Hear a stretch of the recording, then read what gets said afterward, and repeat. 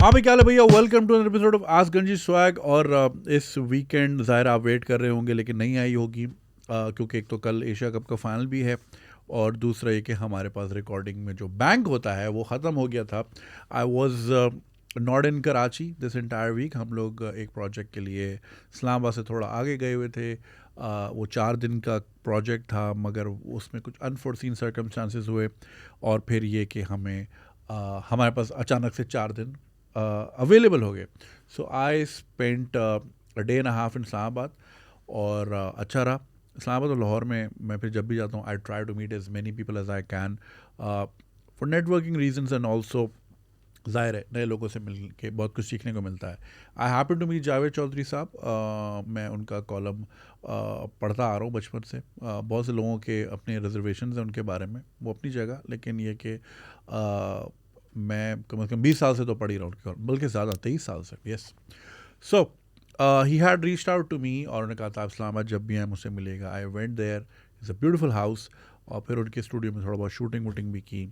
तो वो रहा। उसके बाद फिर I went to Lahore again. Lahore में भी I met a lot of wonderful people. साथ my good friend from game district. Game district अगर आप लोगों ने नहीं देखा, अगर आप लोग लाहौर में रहते हैं तो उसका ऑफिस ज़रूर देखिएगा। इट्स अ ब्यूटीफुल बिल्डिंग और वहाँ कोई तकरीबन 300 गेमर गेम डेवलपमेंट में लगा पड़ा है और बड़े ज़बरदस्त लड़के हैं वहाँ के। And then I also went to Dev Singh का office which was I think a marvel on its own. 7 मंजिला बिल्डिंग, 1500 सॉफ्टवेयर इंजीनियर वहाँ पे। अगेन अगर इंडियन सुन रहे हैं तो वो तो हंस ही रहे होंगे क्योंकि उनके तो बहुत बड़े बड़े होते हैं, but like in Pakistan scale this was really big और it was a beautiful facility. I got the whole tour and everything. और उसी दिन फिर पाकिस्तान और श्रीलंका का मैच भी हो रहा था। जो मेरी वीडियो आई थी, मैं आप you can see Dave Singh का ऑफिस पीछे लिखा हुआ था। So I was there. तो खैर फिर आए कल शोएब अख्तर भाई के साथ मेरा एक इंटरव्यू था। By the way I met Shoaib Akhtar on my flight to Islamabad. I was a lot of fun. वो पूरी एक पॉडकास्ट थी। इतनी मज़े की हमने बातें की, बट ऑब्वियसली जहाज़ में थे, सारी बातें बता भी नहीं सकता। तो शोएब भाई का जो एक शो आता है शोएब अख्तर शो, उसमें आई वॉज प्रीवियसली इन्वाइटेड और तो वो कल रात हुआ और वो 8 बजे होना था। अब शोएब भाई की तबीयत कल सही नहीं थी। He was excessively travelling obviously, Sri Lanka से कराची, कराची से इस्लामाबाद, फिर 2 दिन बाद इस्लामाबाद से वापस यहाँ एंड देन मल्टीपल शूट्स। उनकी तबीयत सही नहीं थी तो 8 से 9, 9 से 10, 10 से 10:30 का टाइम दिया गया और फिर वो 12:30 शुरू हुआ और ख़त्म होते होते सुबह के 4 बज गए। और या सो मैं स्लीपलेस हूँ और ये कल रात का ही वाक़या। I ended up missing my therapy because of that, but it's okay. और फिर ये शूट वो शूट एंड परसों I will be leaving for some work outside Pakistan. तो अब हम ये निकाल रहे हैं। सो चूँकि इस हफ्ते का ड्यू था, मैं चलो छोटा ही बनाऊँ, लेकिन बनाऊँगा ज़रूर बिकॉज आई अंडरस्टैंड आप लोग वेट करते हैं। सो ये मेरा थोड़ा सा क्विक राउंड अप था हफ्ते का और आई होप आप लोगों ने चैनल सब्सक्राइब किया होगा एंड इफ़ यू डिड तो ज़रूर कीजिए, बेल आइकन दबाइए और you can support this channel on patreon.com/ganjiswag because we want to keep this channel ad free as much as we can. I mean like वो जो YouTube पे तो चलता है वो तो सही है ना, उसी से तो पैसे आते हैं। खैर, ऑलराइट, बड़ी इंटरेस्टिंग ईमेल है पहली। It says the most fragrant and well dressed Pakistani at UK employer. Okay. Hi Junaid, I hope you're well. Sorry for the long email in advance. My name is ABC. I'm originally from Karachi but moved to the UK after completing my masters. I'm writing to get you and your audience's opinion on a matter which has been bothering me for a while and I'm not sure how to get over it. Background: I'm a single woman, aged 33, and I have completed my master's degree in marketing from London School of Economics, Asliwala LSE, and currently working in a marketing team from June 2022. I have over 5 years of marketing experience working with 2 other employers in the fintech space in the UK. I'm very well versed with the UK culture and life and earn 6-figure salary, mashallah. I enjoy swimming, traveling and try out new cuisines in London. Next email mein please send me some recommendations. So I'd like to check. By the way, I can recommend you something. For the best halal Chinese in London, Miu Miu, MIU, it's at कौन से station के साथ है, marble arch के पास है, लेकिन marble arch से it's a bit of a walk.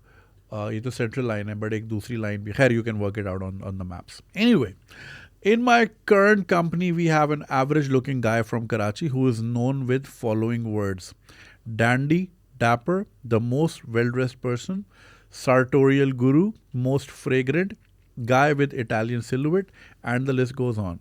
When I joined the company, I initially didn't know the guy until I heard colleagues talking about his suits, dressing, and how he carried himself. It was last year at a Christmas party when I heard marketing colleagues saying how eloquently he was dressed and that he's a boyfriend material for them. I have seen gory colleagues hugged him because he smelled so good. I was extremely jealous after seeing that.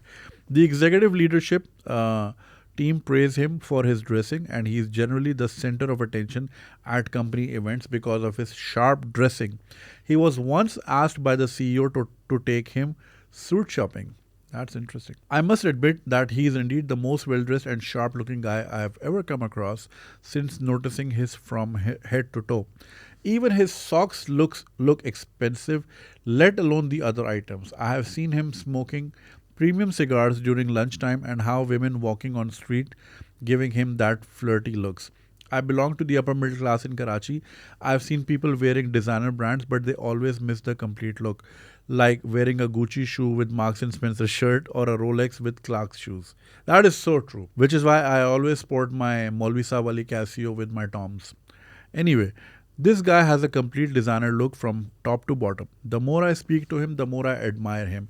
He designs his own suits, which are completely bespoke, custom shirts and shoes, and expensive fragrance like Henry Jacques, which costs around £1,000.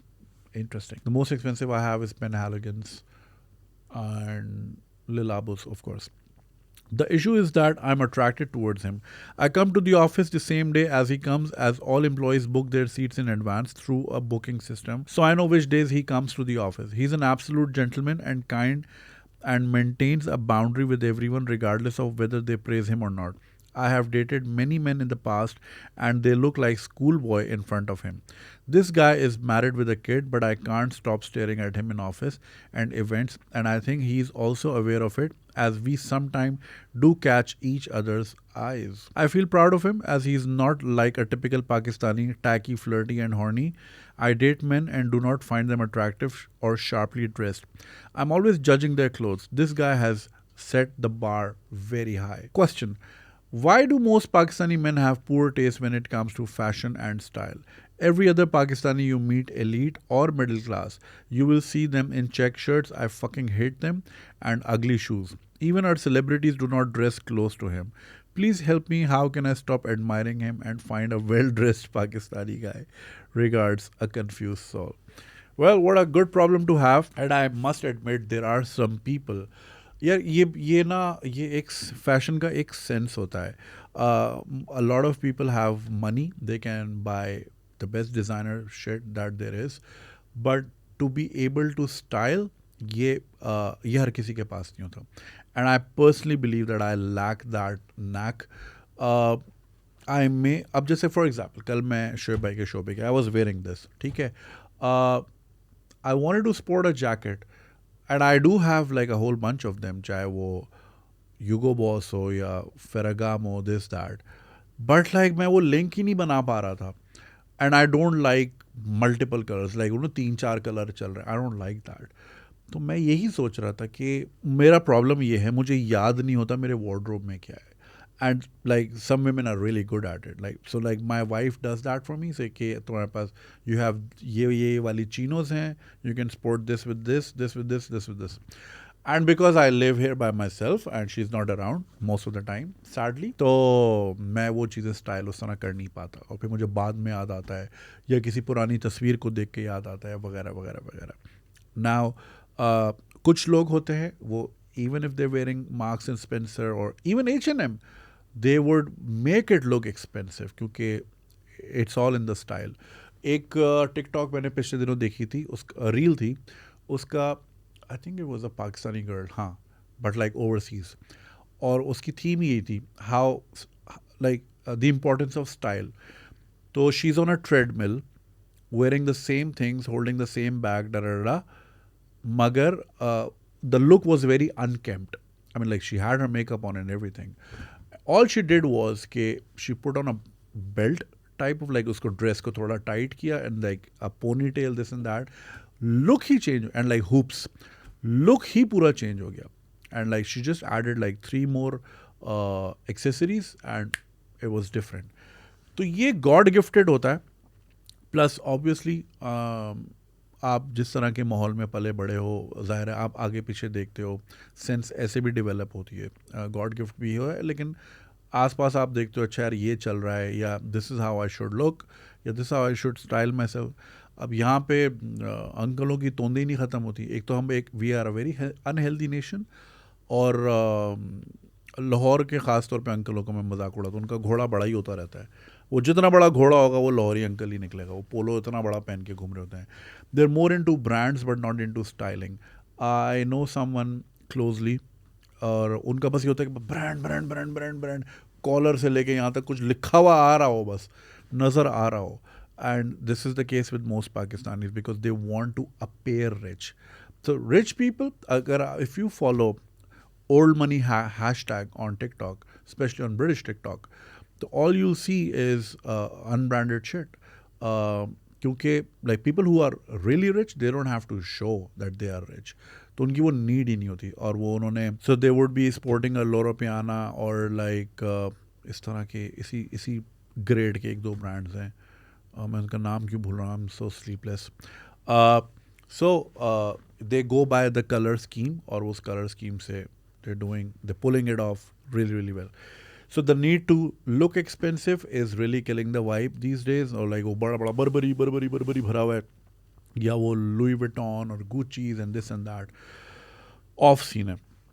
So celebrities हमारे कुछ हैं, they style things really really well, मगर obviously not to the kind जिस तरह आप mention कर रही हैं. I know someone personally who I was मैं उनको बहुत admire करता था. He's British Pakistani, Hisham Wain, but like goes by Wayne. He's British Pakistani, Dubai में होता है. He's a good friend of mine, stand-up comedian, and now he's a famous MC and he holds like really big events. He hosts those events. He's like a household name होता है. And his suits are out of this world. His stitching, like वो आप जैसे आपने जिस तरह ये explain किया ना, you said one kid, so he has twins. तो वरना मेरा दिमाग वहीं पे जाता कि maybe Hisham has moved back to the UK. तो उसके like pocket squares are like pristine to the T. उसके socks, उसके shoes, everything that you've explained. So कुछ लोगों का some people have the knack. Obviously affordability is also a concern, but like आप सनाउल्ला और मूसा जी को भी अच्छी तरह स्टाइल कर सकते हैं, provided if you know how to style. रही बात perfumes की, that's my favorite area, and मैं इस पे तो कभी compromise नहीं करता. And I have gladly received compliments, and that's one compliment I really really enjoy. So once I was wearing Aqua di Gio, which was like very basic. गुर्बत के दिनों में वही था मेरे पास. And this Turkish guy actually stopped, पीछे आया, Habibi, what are you wearing? This was in Dubai. So I was like, yes, it worked. So yeah, those compliments are always very very uplifting. रही बात cigars की, suits की, जूतों की, great. अब आपको मसला ये है, he is obviously married and he is decent enough not to cash in on his looks. And हाँ, आपने जो बोला ना कि like you know he gets the looks on the streets, इस तरह का एक टिकटॉक अकाउंट है wherein this Mediterranean guy, probably Turkish, he walks around in US, mostly in New York, और उसके पीछे उसका कैमरामैन चल रहा होता है और वो रिकॉर्ड कर रहा होता है कि like how women are responding to his looks. कभी कभी वो शर्टलेस भी जा रहा होता है, तो वो भी ज़रा लाइक देख के शर्म आती है. Like he is very nicely built and very good looking guy. So yeah, I mean, things we will never experience in life. Khair. So your attraction is understood, but फिर यही है कि आप जितना कम उनके सामने आए, that's one way to deal with it. Out of sight, out of mind. Out of mind तो मुश्किल है in this case, but at least you know which days he's coming. Perhaps you can choose the other days. If you want to really fight the feeling, I would obviously not recommend going up to him and ask him out, because that's not the right thing to do in his situation. रही बात कि why Pakistani men have poor taste, again जो हमने शुरू में बात की, we don't have much to look up to. कोई बार भी इतना सेट नहीं हुआ हुआ. If there's one place where I've like होता है ना, like wherever I'm traveling, obviously you're checking out women, but like in Milan, I can't get my eyes off men. They are so nicely dressed, unlike Italian shoes और Italian suits का कौन मुकाबला कर सकता है इस दुनिया में. तो like that's one place in the world where the men are so nicely dress कि मैं वहाँ खड़ा बस यही देख रहा था. इवन अभी मैं गया हुआ था, that's exact what I was noticing कि यार they have it. There was this guy, हम मिलान एयरपोर्ट पे मैं उतरा एंड वी हम लोग, there are two airports right. तो मैं उस वाले में था जो शहर से बिल्कुल बाहर है. आई थिंक दूसरा भी बाहर ही है, ये वाला कुछ ज़्यादा ही बाहर था. Took me an hour to get into the city centre. तो वहाँ पे बस स्टॉप पे there was this guy, he was wearing, it was quite hot. Italy में इस साल गर्मी भी बहुत पड़ी है. It was sort of a velvety material, but it was just unicolor, brown, and like उसको वो इतना अच्छा pull off कर रहा था और वो अलग दिख रहा था because everybody was in their white t-shirt or shorts or whatever. वो अलग ही नज़र आ रहा था. So men, you have these, like take these references online, check कर. अब तो यार Pinterest पे इतने आपको ऑप्शन मिले होते हैं, या आप मसीमो की ऐप डाउनलोड करें and see how men are styling their, sporting their jackets, this and that. एक हाँ, फिनलैंड में I was there, I met this Pathan guy, extremely good looking but extremely nicely dressed. बिल्कुल यही वाला style जो आपने बताया. मैं उनका नाम भूल रहा हूँ भाई, अगर आप देख रहे हो तो please identify yourself. But then आप कोई भी कमेंट कर लेगा यूट्यूब पे कौन सी तस्वीर आ रही होती है. आ जाए मैडम, मुझे डीएम करें, मैं ही हूँ. तो for a meetup on a Sunday afternoon where people were like lazing, he was so sharply dressed. और उसने यही बात कही थी कि मैं इस मुल्क में हूँ और पाकिस्तानी यहाँ पे कम है. I want to be a good ambassador. So when my clients meet me or talk to me, और जब तक मैं अलग नहीं दिखूंगा, या जब तक वो when they ask me कि आप कहाँ से, मैं बता दूँ पाकिस्तान से, so they're like, oh we thought वहाँ तो सारे शलवार कमीज़ वाले हैं, या फिर like people are of a certain style da but like you are so sharp. तो कह रहा है मैं I try to be a good ambassador and it's a very good ice breaker as well if you wearing a nice suit. मर्दों का यही है, मर्द जो है वो watch, they sport a nice watch and that starts a conversation. Rolex को कहते हैं it's a conversation starter. So is ऑर्डमेर पे गए, या फिर आपके जो दूसरे रिचर्ड मिले वगैरह. So yup, that's the thing. तो उस बंदे ने भी यही कहा था कि I just want to create a long lasting impression. Also I firmly believe in one thing but I rarely ever practice it, कि it's okay to be over dress than under dress.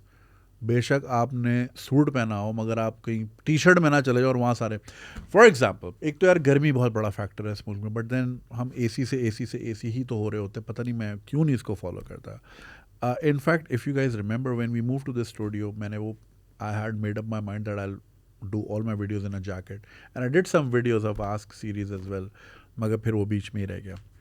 गर्मी एक बहुत बड़ा factor है. For example, I was invited at US consulate for an event. Krista, you remember, जो कि communications department में थी. सो उसकी फेयरवेल थी, राइट. सो नेचुरली अब वो जैकेट, मैंने बोला यार अब काउंसलेट है, सारा इवेंट है वगैरह, और उसके बाद मुझे शादी पे भी जाना था. So it only made sense. वहाँ मैं गया, not only nobody was wearing a jacket, but it was also extremely hot and I was really struggling. अब अगेन वो ड्रेस कोड मेंशन ही नहीं था इनवाइट पे, मुझे पूछना भी चाहिए था. खैर, the next time the event was, there was a new council general coming in and I was like यार लास्ट टाइम भी टेम्परेचर इन्होंने कम रखा हुआ था, तो मैं यार फिर बहुत उलझन होती है. So I went there was a new council general who was reporting to Karachi, and it was a room full of 300 people, all businessmen, media tycoons, this, that. I was the only mofo not wearing a jacket. और मुझे बहुत बुरा लगा. I felt so under dress. गाड़ी में अक्सर रखा भी होता है, मगर काउंसलेट वगैरह में गाड़ी आपकी बाहर होती है, और फिर ज़रा कौन वापस दोबारा आए, वेले को बोले यार जाके ज़रा कोट निकाल के ला. So yeah, it's always okay to be over dress then being under dress. तो इसको ज़रूर करें. और मैं हमेशा, इनफैक्ट अभी हमारा इवेंट भी एक हुआ था एट माइट यूनिवर्सिटी इन कराची. तो वहाँ पे पूछ रहे थे बच्चे सवाल, it was like a open discussion. तो मैंने ये भी कहा था लड़कों को कि like make sure you have a nice suit. IPhone भी रख सकते हो ना, तो एक अच्छा सा सूट भी बनवा लो. भाई की शादी वाला नहीं, या चमकीला नहीं, या ये वाला नहीं, एक अच्छा सा प्रॉपरली नाइस टेलर्ड सूट होना चाहिए हर लड़के के पास. बहुत फ़र्क पड़ता है। अगर आप सूट पहन के मुझसे मीटिंग करने आओगे तो मेरा माइंडसेट ही अलग होगा कि हाँ यार इसने मेहनत करके आया है। He is not, I interviewed this guy और वो चर्च के नशे में आया था और वो 2 घंटे लेट आया था और वो शॉर्ट्स और चप्पल में आया था। उसका काम बहुत अच्छा था बट उसकी बॉडी लैंग्वेज नहीं थी। तो मैं उस्ताद ये लाइबिलिटी है, लाइबिलिटी नहीं चाहिए ज़िंदगी में। एनीवे बात कहाँ से कहाँ निकल गई। सो मर्द हजरात, आपके लिए ये एक मैसेज आपके लिए ही था। प्लीज़ स्टाइल पे ज़रा ध्यान दें। You don't have to have brands से नहीं होते, स्टाइलिंग से आते हैं। बहुत से लोग ज़्यादा मार्केट के कपड़ों को ऐसा लपेटते हैं कि लगता है कि यार क्या चीज़ है। टिकटॉक पे इस तरह के बहुत सारे अकाउंट्स हैं, मैनरिज्म्स वाले बहुत सारे अकाउंट्स हैं, एटिकेट्स वाले बहुत सारे अकाउंट्स हैं दैट आई रियली लाइक। जिसमें एक था कि I mean like there is nothing wrong in learning. तो एक था कि वो चाय की चम्मच को हम गोल गोल नहीं घुमाना और टंग टंग नहीं करना, आपने इसको 6 और 12 करना है, 6 o'clock 12 o'clock आगे पीछे, make sure it's not touching, it's not मतलब मेकिंग नॉइज। और फिर आपने इसको जब फ्लिक करना है, you don't have to like टन टन टन टन नहीं करना, आपने ज़ोर से करना है वो without touching it. That's the right etiquette to do it. And then कल मैं एक खातून का एक टिकटॉक देख रहा था, अगेन सम ब्रिटिश लेडी, कि when you serve bread and butter before your meal as a starter, तो उसको किस तरह खाना है। सो लाइक आपने हाथ से तोड़ना है और फिर जो भी आपका डोमिनेंट हैंड उसे बटर लेके लगा के, यू नो। बहुत सारे, एक और अकाउंट है, it's an Italian guy, always in a very nice linen jackets, very good looking guy. So he was telling कि जो है आपने नैपकिन जो है किस तरह रखना है आपने जब when you are leaving the restaurant. ये बहुत यार, हमें तो बहुत ज़्यादा स्कूलिंग की ज़रूरत है। हमें तो लाइन में खड़ा नहीं होना आता, किसी से आइस ब्रेक कैसे करनी है वो भी नहीं आता। We most of the time smell terrible. मेरे लिए जो सबसे बड़ा मसला होता है दूसरे शहर जाके, वो ये होता है कि like when I am calling a car for hire, it's like 900, क्योंकि मलिक साहब ऐसा ही नहीं था लास्ट टाइम जब हम गए थे Islamabad. It was such a huge problem. अब गर्मी है, आप शीशे उतारोगे तो गर्मी लगेगी, बंद करोगे तो अगले का एसी से जो उसकी बगलों से होती हुई आ रही है। अब लोग बोलेंगे जी गर्मी है, 12 घंटे की ड्यूटी है, तो भाई गाड़ी में डिओड्रेंट रखना कितना बड़ा मसला है। तो इतने सस्ते सस्ते आते हैं 200-200 रुपए के। There is no excuse for you to smell bad, no excuse. तो लोग ख्याल ही नहीं करते, ख़वातीन अक्सर जो है नहीं ख्याल करती। I mean and I am not talking of a certain class. आप बड़े बड़े मॉल्स में जाएं, रेस्टोरेंट्स में जाएं, आप गुजरें, ऐसी विफ आती है। मैं सोचता हूँ इनके मर्दों का क्या ही हाल होगा। और फिर मैं कुछ मर्दों को देखता हूँ गुटके से भरे दांत, मतलब यही मुंह लेके रात को ये बीवी के पास जाएगा। ख्याल ही नहीं है, सिखाया ही नहीं कि सफाई ने सीमा ने सिखा दिया, अपनी सफाई सीखी नहीं लोगों ने। 5 दरिया बहते हैं, लोग नहाते नहीं हैं। 10,000 मसले मसाइल हैं। तो स्टाइलिंग इज़ वेरी इंपॉर्टेंट भाई। देखें बड़े फ़ायदे होते हैं। देखें पूरा ऑफिस ही उस कराची बॉय के पीछे लगा हुआ है। And I mean there is nothing wrong in being stylish. और आपके लिए बहन यही मशवरा है कि आप दिल को थाम के रखिए और दुआ कीजिए। बहुत कम लोग मिलते हैं मुझे भी पाकिस्तान में, कराची में ख़ास तौर पे, जो कि इस चीज़ का लिहाज रखते हैं या ख्याल करते हैं। मोर और लेस ज़्यादातर बस एम ही चल रहे होते हैं। तो it's very important and I am glad कि ये वाला टॉपिक हमने टच किया। Good luck with your heart एक। और बैक स्ट्रीट बॉयज़ के गाने सुने और अपने दिन ज़रा आगे पीछे कर लें। कभी कभार महीने में एक बार देख ले ज़रा, वो ठरक भी ज़रा ज़रूरी होती है, उसको क्वेंच करना बहुत ज़रूरी होता है। हम भी कुछ अकाउंट्स हैं, हम रात में स्टोरी देख ही लेते हैं। सो या ज़रूरी है। ख्याल रखिए अपना। Good luck. Alright, next one says not a BCCI fan but not a BCCI fan from India. Hello Junaid bhai, hope you're doing well. I am ABC from India, currently living in a European country. We recently spoke during India Pakistan live streaming on WhatsApp call. Of course you don't remember, but please don't pretend to. नहीं, of course I remember. हमारी बात हुई थी. Coming back to my question, I have been watching cricket since 1992 and grew up being Teams India/Sachin fan. But since last decade or so, since BCCI started bullying others, I no longer support their team and have been an open supporter of Australian team, even against BCCI. यानी कि Australia India का match होता है तो ये Australia को support करते हैं. Since 2015, to be precise, I actually hate BCCI so much that I get sadistic pleasure when their team loses. I get a lot of flack from my friends about this, calling me Deshdrohi and all, but I am too smart to make my case. I know for a fact that BCCI's team is not officially an Indian team.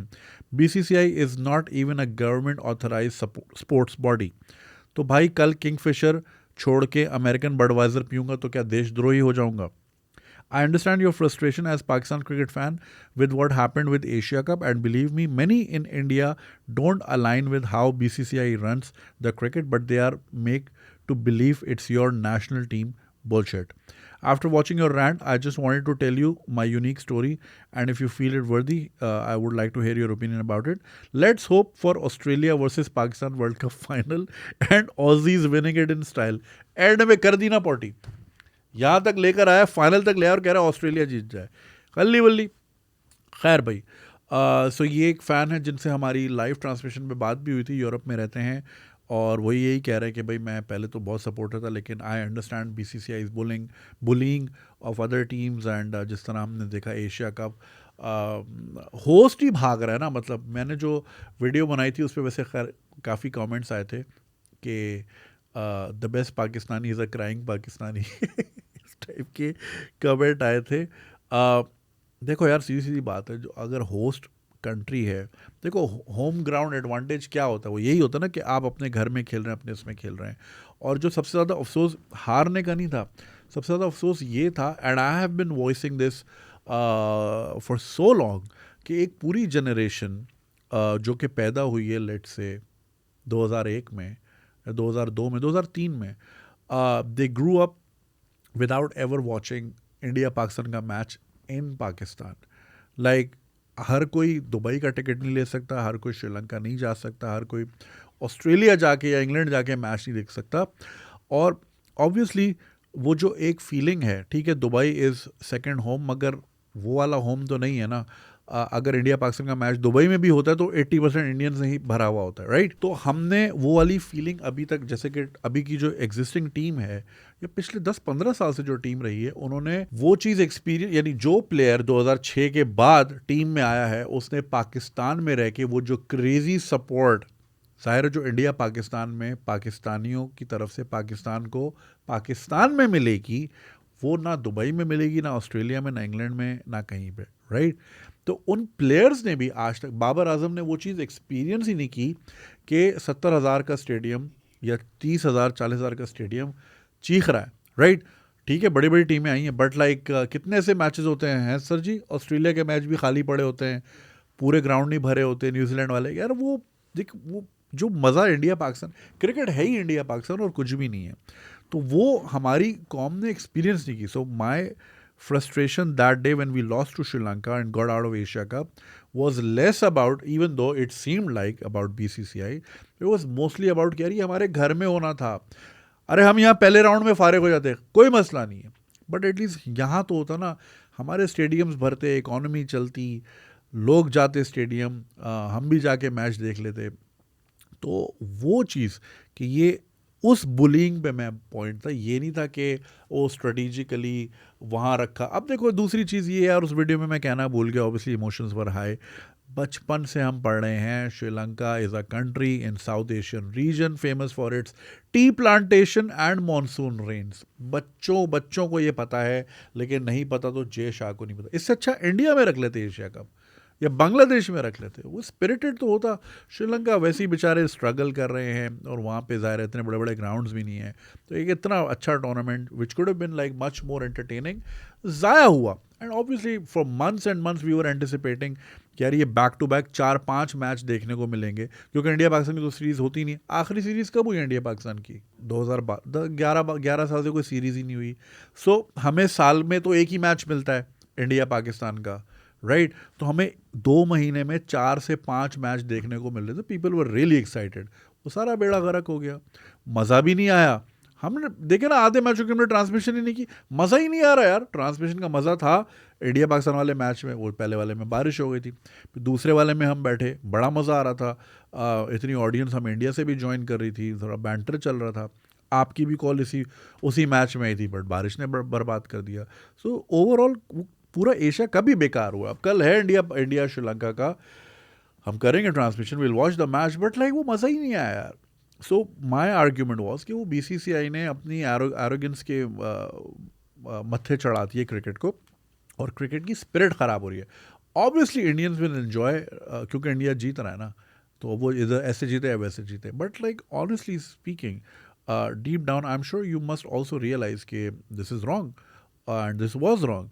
और जिस तरह आपने बोला कि मेरे जैसे और भी बहुत से लोग हैं इंडिया में who are of the same believe के BCCI जो है वो ऑब्वियसली एक ऑफिशियल टीम तो रिप्रेजेंट नहीं करती, बट ये कि मेरे कमेंट सेक्शन में तो द वेदर इज़ अदरवाइज, और सारे आपको पता है cricket charges you like nothing, it brings two countries together, मज़ा भी आता है। तो वो जो हम मज़ा ले सकते थे 3 मैचेस का, पॉसिबल 3 मैचेस का, हम एक का भी नहीं ले सके, right?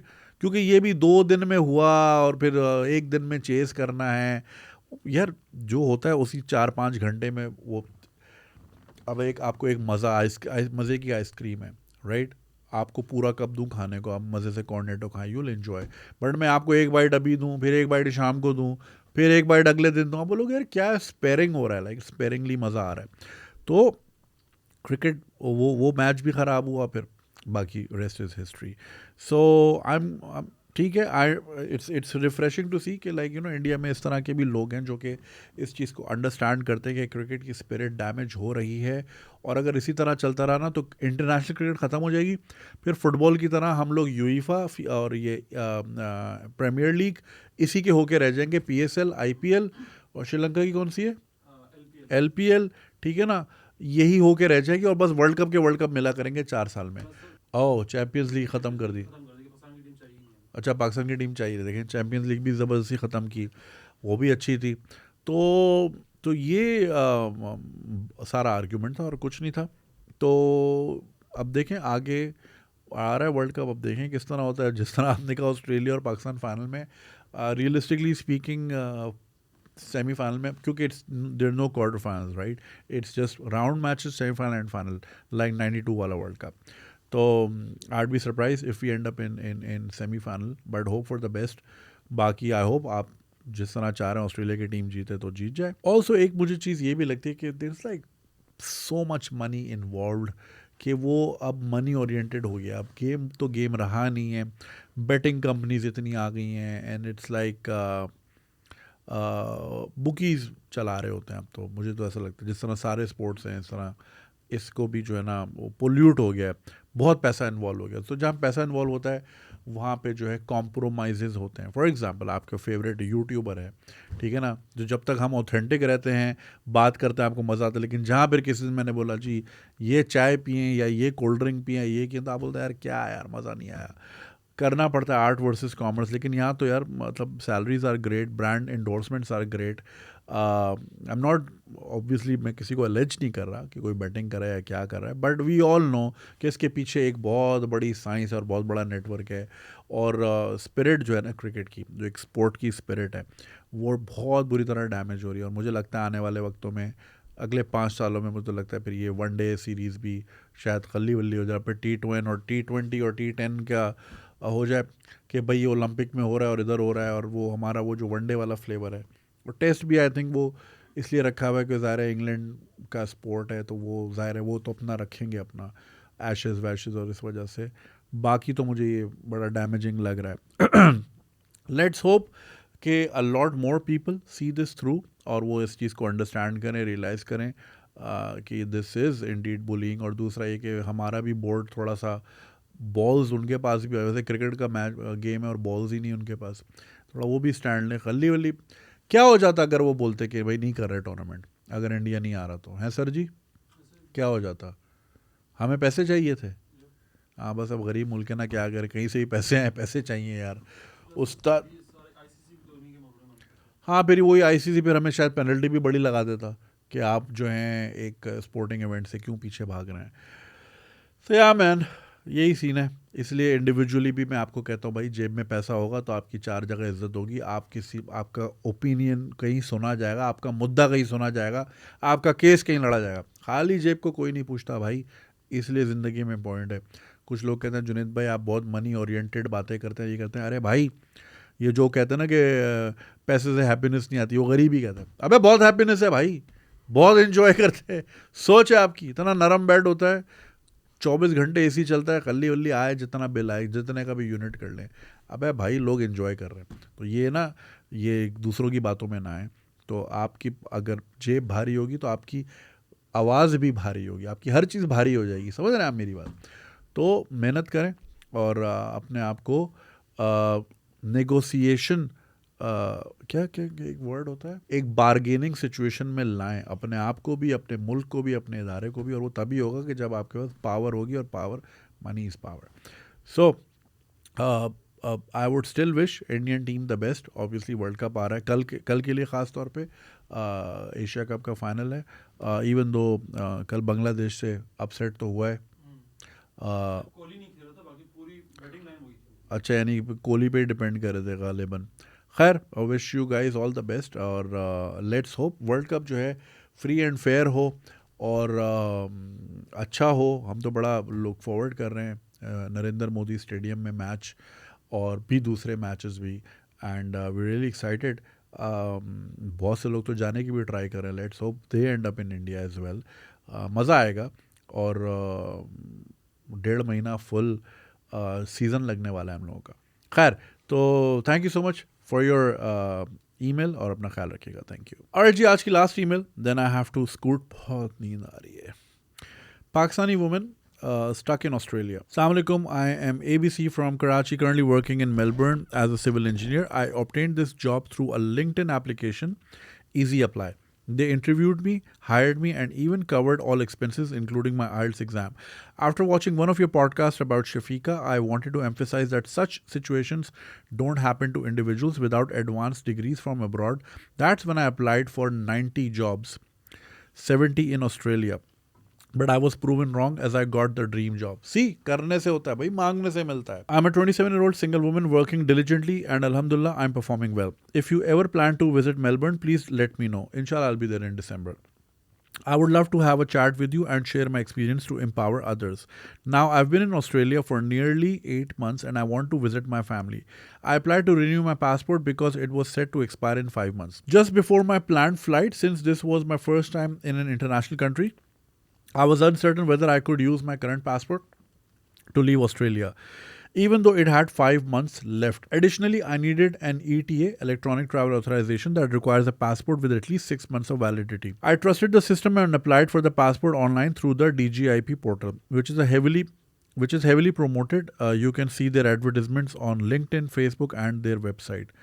Regrettably, I was a bit naive to apply from there, and now my passport is stuck. There is no tracking available, and my current passport is no longer valid because I already have a new one back home. Supposedly, it should have been sent to me in 6 weeks, but it hasn't arrived. I've emailed and called every contact I could find on Google to get any updates. I'm stuck in Australia and I can't leave even in case of emergency or use my passport for any official documentation. I'm frustrated, and now everyone is suggesting that I should have taken the flight and renewed it in Pakistan, which can be done in 10 days, even with bribe. I'm furious because I never wanted to resort to bribery, which is good. I never did, even if it meant waiting in line for hours. But now it seems like I have no other choice and you have to resort to unethical means. जब रिश्वत देनी ही है ना चाहते हुए भी, तो why don't have alcohol haram? तो वो भी है. Okay. It is already really hard to maintain a halal lifestyle, as many Pakistanis do not even care about that over here. And when you got to know that you are forced to do haram just to get a normal procedure done, it's sad. I'm deeply patriotic person and I love my country. Not everyone has the privilege to leave, but how does this system work for those who do and for those who remain? All I'm asking is a single email or a phone call to provide me with an update so that I can reschedule my flight. That's the least I'm asking for. My father is a heart patient and I'm scared about what to do if my passport doesn't arrive in time. How long must I wait? My entire family is in Pakistan and we're a middle class family. My father retired from a bank in 9 years ago. It's frustrating that even after moving to Melbourne, I was under the impression that money would change everything, improve my quality of life and my family's. However, it's not just about money, it's about bureaucratic processes that may not change for the next 100 years. So basically ये एक बहन है, civil engineer है, शफीका की video देखी थी इन्होंने और इनको यकीन नहीं आया था कि पाकिस्तान से बैठ के बाहर की नौकरी कैसे मिलती है। तो इन्होंने 90 जगह अप्लाई किया जिसमें से 70 ऑस्ट्रेलिया में थी, और इनको ना सिर्फ बैठे बैठे पाकिस्तान में बैठे बैठे नौकरी मिली। अच्छा, बैठे बैठे मतलब ये नहीं कि कुछ भी नहीं, वेली थी तो मिल गई, ज़ाहिर है इंजीनियर थी, अच्छा प्रोफाइल था। Not only she got the job, बैठे बैठे इनके आइल्स तक की फीस उन्होंने भरी, जो कि आजकल कितनी 70-75 हज़ार है। आइल्स कितने का है भाई? तू तो भाग रहा है ना 90 का, शायद नहीं, पक्का भाग रहा है तू, हम ही भागेंगे तुझे। तो देखे भाई, ऐसी भी कंपनीज होती हैं, कोई कुछ नहीं, आपका टिकट वीज़ा सब खल्ली वल्ली पे करते हैं। उनको चाहिए होता है टैलेंट, और टैलेंट जब मिलता है ना तो they get it at any cost. Okay, खैर, तो ये उनकी कहानी थी। और फिर जब इनको आना था, 5 मिनट वैलिडिटी थी और 6 महीने की होती है, विच इज़ ट्रू। और यहाँ आके बनवाने का ऑप्शन था, DGIP से बनवाया, और अब वो ज़माना हो गया कि इनको अपना पासपोर्ट ही नहीं मिल रहा, और ज़ाहिर फादर हार्ट पेशेंट हैं, और फिर ज़ाहिर हर किस्म के ख्यालात आते हैं। It's very unfortunate. देखें भाई, पाकिस्तान बंदा छोड़ भी देता ना, पाकिस्तान की प्रॉब्लम्स आपका पीछा नहीं छोड़ती, वो आपके पीछे पीछे कहाँ तक आती हैं आपकी सोच है। अब चाहे वो आप पाकिस्तान छोड़ के एमिरेट्स एयरलाइन में पायलट लग गए, तो पाकिस्तान के किसी चवल मिनिस्टर ने बयान दे दिया कि जी सारे पायलट जाली हैं PIA के। तो एमिरेट वाले ने बोला अच्छा भाई, हमारे पास PIA वाले फ़िल्टर लगाया, PIA से कौन कौन आया, ये है, चलो भाई इनको भी निकाल दो, और ये हुआ है, राइट। वो कह रहे हैं ना मैं 3 में ना 13 में खल्ली वल्ली में, अब दुबई में रहता हूँ, या मैं कतर में रहता हूँ, या मैं सऊदी में रहता हूँ, और अब मुझे वो प्रॉब्लम फेस करनी पड़ रही है। सिमिलरली हमने इसी तरह एक वीडियो भी बनाई थी जहाँ पे उसका मुद्दा यही था कि किसी के साथ कुछ हुआ था, उन्होंने पाकिस्तान छोड़ दिया था, लेकिन पाकिस्तान की प्रॉब्लम वहाँ तक उनका पीछा करते गई। सो ये हम एक अनफॉर्चुनेट जगह पे अनफॉर्चुनेट लोगों के साथ रहते हैं, और ये अब मसला है हमारा। और जब तक हमारे डॉक्यूमेंट्स मुंसलिक हैं इस मुल्क से, ये मसला तो रहेगा। अब जैसे अरसलान ऐश ने पिछले दिनों ट्वीट की थी कि I wish I didn't have a Pakistani passport, उस पर लोगों ने ज़ाहिर मिक्स्ड रिएक्शन। अब तो खैर लोगों को अकल आ गई है, वैसे मुझे बड़ी खुशी है, लोगों को अब अकल आ गई है कि हम एक अलग बबल में रह रहे थे, और अब जब बबल फटा है तो लोगों को समझ आ गई है। मगर उसका मुद्दा यही था। अब देखो उसके होते हैं टूर्नामेंट्स, राइट, और आज मलेशिया में है। अच्छा, इनका स्केड्यूल भी इस तरह होता है, जैसे ग्रांड प्री का एक पूरा कैलेंडर होता है ना, कि भाई जो है यहाँ पे है, फिर अबू धाबी में है, उसके बाद मोनाको में है, उसके बाद सिंगापुर में है, जापान में है, डरा पूरा कैलेंडर होता है ना। इसी तरह गेमिंग इवेंट्स का भी ग्लोबल कैलेंडर होता है, और ज़ाहिर है वर्ल्ड चैंपियन को हर जगह, वर्ल्ड चैंपियन के बगैर कैसे हो सकता है टूर्नामेंट। तो उनके रीजनल टूर्नामेंट्स होते हैं, वो चाहे कुआलालंपुर में हो, सोल में हो, टोक्यो में हो, दुबई में हो। मगर किसी का अच्छा पासपोर्ट हो तो वो तो जगह जगह टड़ंग आई स्कैन करे और निकलता जाए। अब उसको हर बार एक टूर्नामेंट से, अच्छा इनके कैलेंडर भी इस तरह होते हैं कि करीब करीब होते हैं, कि अगर दुनिया भर के गेमर मलेशिया में हैं तो अगले हफ्ते वो जापान में है, फिर अगले हफ्ते सोल में है, फिर अगले हफ्ते ताइवान में है, वगैरह वगैरह। ताइवान बोल दिया, थू अल्लाह माफ़ करे। सो इस तरह होता है, राइट, पूरा कैलेंडर होता है।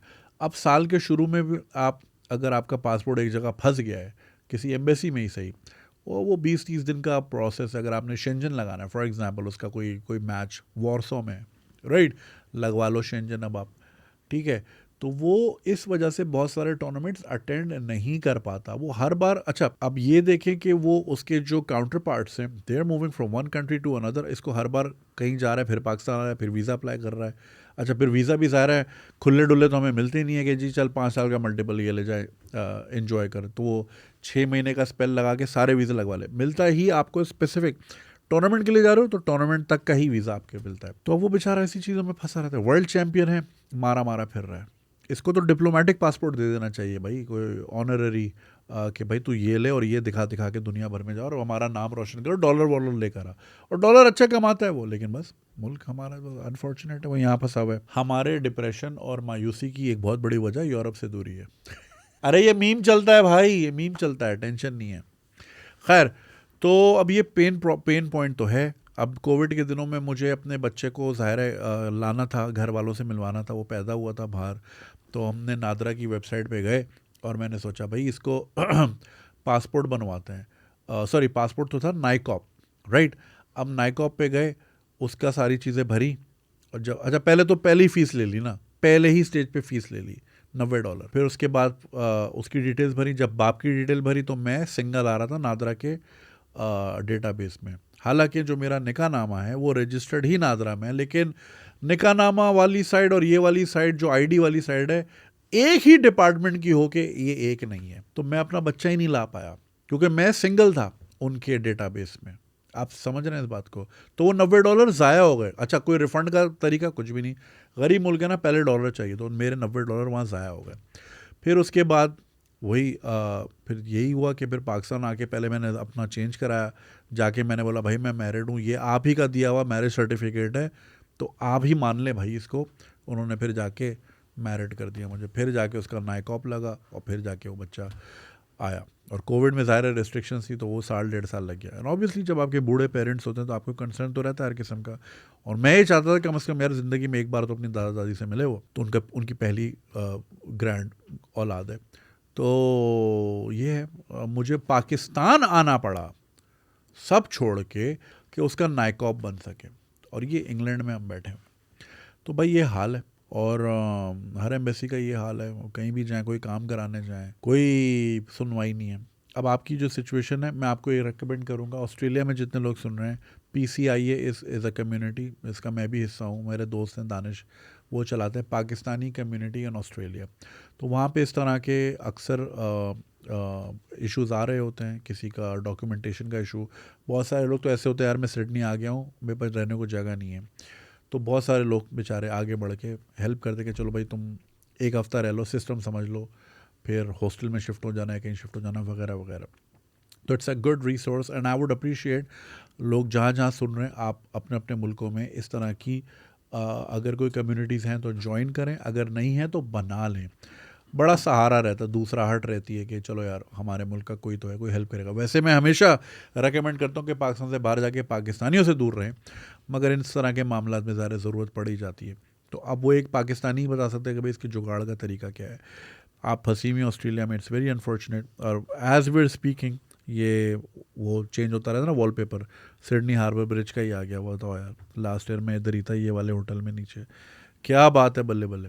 खैर, तो यही तरीका है। देखें, पाकिस्तान का सिस्टम डिज़ाइन ही इस तरह हुआ है, ब्यूरोक्रेटिक सिस्टम, कि वो मजबूर करे आपको कि आप रिश्वत दें, वरना वो आपको इतना रुलाएंगे, इतना रुलाएंगे।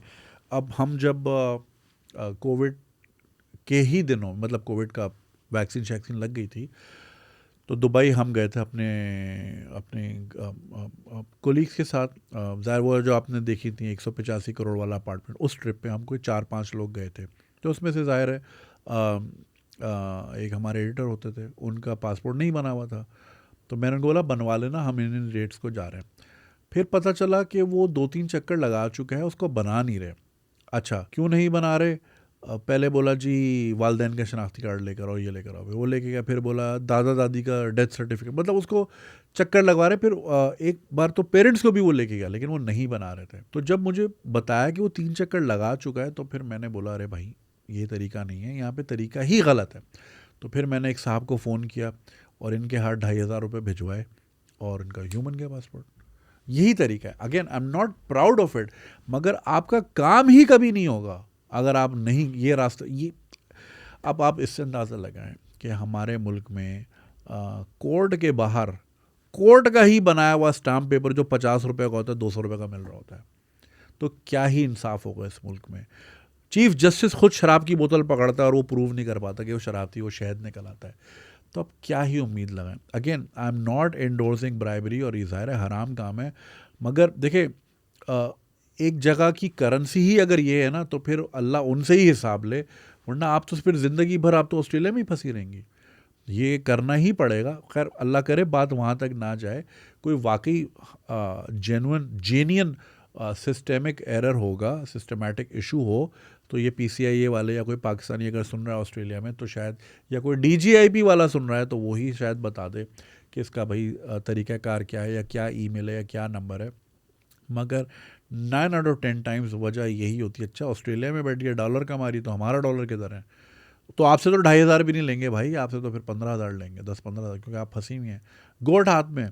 हमारे मुल्क में ना जिसको थोड़ी सी पावर मिल जाए वो खुदा बन जाता है। ये बहुत सारे खुदाओं का शिरक हराम है, मगर ये बहुत सारे 25 करोड़ खुदाओं का मुल्क है, इसलिए मुल्क का ये हाल है। शिरक अल्लाह को कबूल नहीं है। बाकी दूसरे मुल्कों में, मुसलमान मुल्कों में आपको बहुत सारी चीज़ें वो मिलेंगी जो एक इस्लामिक सोसाइटी का हिस्सा नहीं होनी चाहिए, मगर वो फिर भी तरक्की याफ्ता हैं, कामयाब है, आगे जा रहे हैं। वजह सबकी माफ़ी है, शिर्क की माफ़ी नहीं, और वहाँ शिर्क नहीं मिलता। और यहाँ आपको धरती के खुदा जुनून का एक बड़ा अच्छा गाना था, नहीं सुना तो सुन लें, अगर सुना हुआ है तो आज दोबारा सुन लें और पाकिस्तान पे अप्लाई करें। तो धरती के खुदाओं पे हम, रहमो करम पे हम बैठे हुए हैं। तो भाई अगर सुन रहा है कोई इदारे से तो भाई इनका पासपोर्ट कर दें। और इस तरह बहुत सारे हैं। किस ज़माने में सिटीज़न पोर्टल काफ़ी एक्टिव थी, तो बहुत से लोगों के ये वाले इश्यूज़, नादरा वाले, नाइकॉप वाले इश्यूज़ और पासपोर्ट वाले इश्यूज़ उससे सॉल्व हो जाया करते थे। आजकल की मुझे अपडेट नहीं है कि वो कितनी फ़ाल है या है भी कि नहीं है, सस्पेंड तो नहीं हो गई। यहाँ यही होता है, जो हुकूमत आती है वो एक काम करती है, दूसरी आती है रोल बैक, नहीं नहीं नहीं ये सब गलत था, अब ये होगा, फिर ये वाले नहीं नहीं नहीं ये तो सब गलत था। तो कोई चीज़ का, किसी चीज़ का तसलसल ही नहीं है, कंटिन्यूटी ही नहीं है, ना वो डेमोक्रेसी की है, ना वो किसी प्लान की है, ना किसी इदारे की है। हमें अच्छी तरह याद है 1999 में विजन 2013 होता था, that was the last time we had a vision. ये एहसन इकबाल साहब का एक प्रोग्राम था, विजन 20, नहीं विजन 2030 तो सऊदी का है, विजन 2013 था या 2015 था, ना ना ना इस तरह का कुछ था। नहीं नहीं 13 वाली में नहीं, मैं 90s की, एहसन इकबाल था 90s वाली हुकूमत में। तो ये उस वक्त की बात है, मुझे उस वक्त के अखबारों का याद है कि वो उसमें टेक्नोलॉजी और एजुकेशन और इस पर इन सब पे काम होना था कि भाई मुशर्रफ साहब ले उड़े, कल्ली वल्ली निकलो सारे, रोल बैक। 9 साल उस पर कोई काम नहीं हुआ। फिर पीपल्स पार्टी की हुकूमत आई, फिर कोई काम नहीं, फिर इनकी आई, फिर वो एक्टिव हुआ, फिर इनकी हुकूमत लपेट दी पीटी। यही होता रहता है यहाँ पे। तो आई होप आपका मसला सॉल्व हो जाए और PCI ज्वाइन कर लें अगर आप नहीं हैं, शायद वहाँ से कोई सोल्यूशन मिल जाए। बाकी अल्लाह बेहतर करे और आप जल्द से जल्द अपने पेरेंट्स से मुलाकात करें। खैर, तो ये थी आज की episode. I hope you guys learned a lot, और सब्सक्राइब करना नहीं भूलिएगा। And you can support this channel patreon.com/ganjiswag। कल देखते हैं इंडिया श्रीलंका में से कौन जीतता है, और फिर आगे इंशाल्लाह वर्ल्ड कप भी आ रहा है। I am going to be in Dubai Monday onwards, but जब तक ये आएगी शायद मैं वहाँ हो के शायद आगे पीछे ना निकल पाऊँ। अगर हुआ तो ज़रूर मुलाकात होगी। चलें, ख्याल रखिएगा, खुदा हाफिज़।